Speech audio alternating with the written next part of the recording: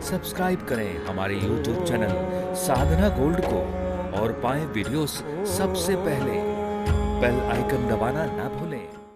भक्तों, ये याद रखना कि जीवन में आपने जितना भी पुण्य किया है, कभी किया होगा या आज किया है या कल करेंगे, आपके द्वारा किया गया पुण्य कभी नष्ट नहीं होता। उसका फल हमें मिलता ही है। हमने जीवन में जितना भी सुख पाया है, यह हमारे पुण्य के प्रताप से हमें मिला है। और जीवन में हमने जितना दुख पाया है, ये हमारे पाप का परिणाम हमें दुख बन करके मिला है। कोऊ ना काहू को सुख दुख कर दाता, निज कृत कर्म भोग सब भ्राता। हर व्यक्ति अपने अच्छे और अपने बुरे कर्मों का प्रतिफल इस संसार सागर में भोगता है।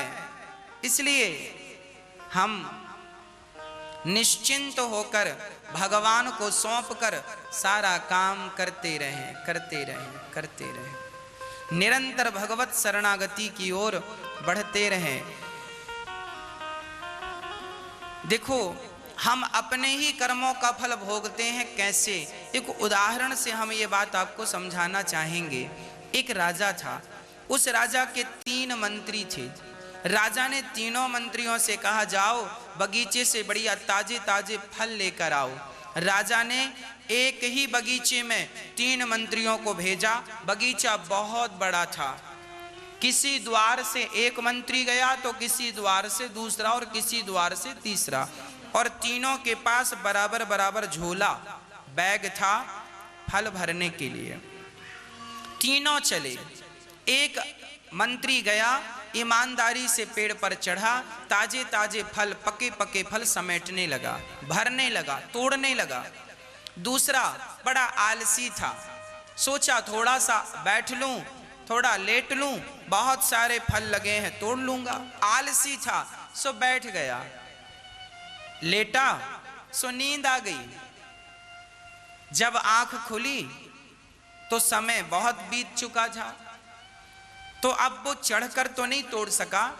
जो नीचे हवा से गिर गए थे वो फल उठा के, उनमें कुछ बढ़िया थे, कुछ 2-4 दिन पुराने थे, सो सड़ना शुरू हो गया, उनको भी भर लिया।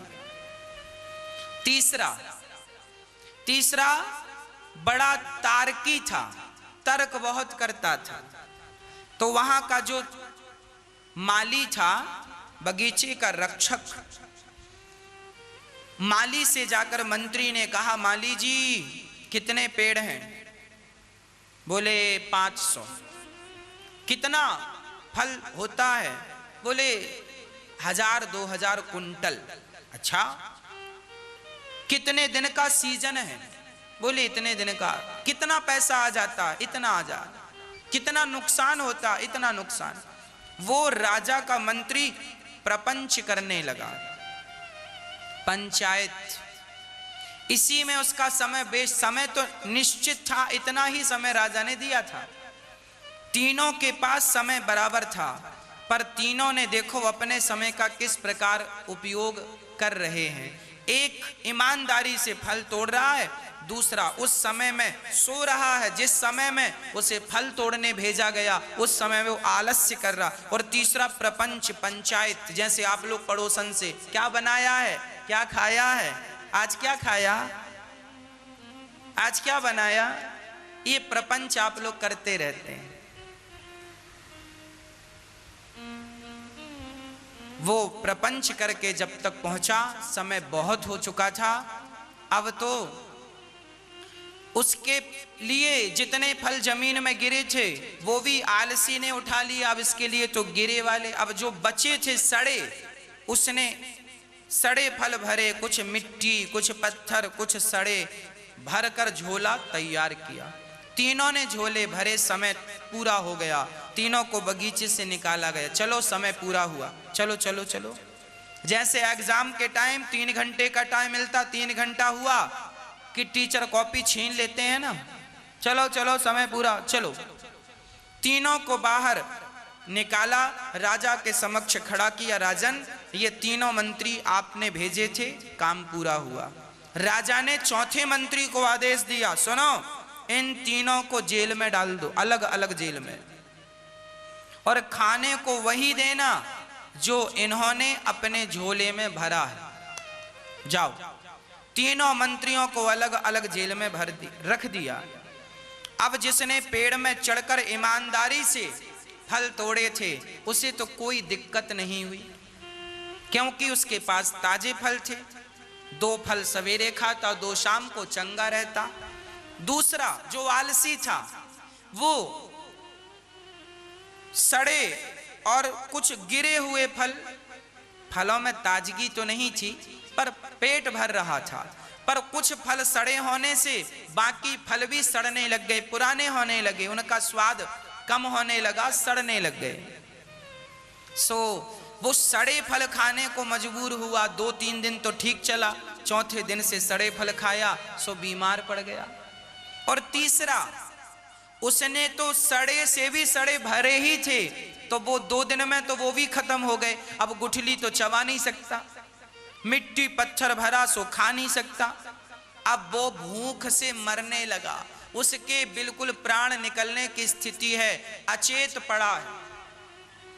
अब आपसे मेरा सवाल है, प्रश्न है, ये बताओ इन तीनों में एक जो बढ़िया आनंद से रह रहा है जेल में, और एक बीमार रह रहा है, और तीसरा मरणासन्न है, इन तीनों की स्थिति का जिम्मेदार कौन है?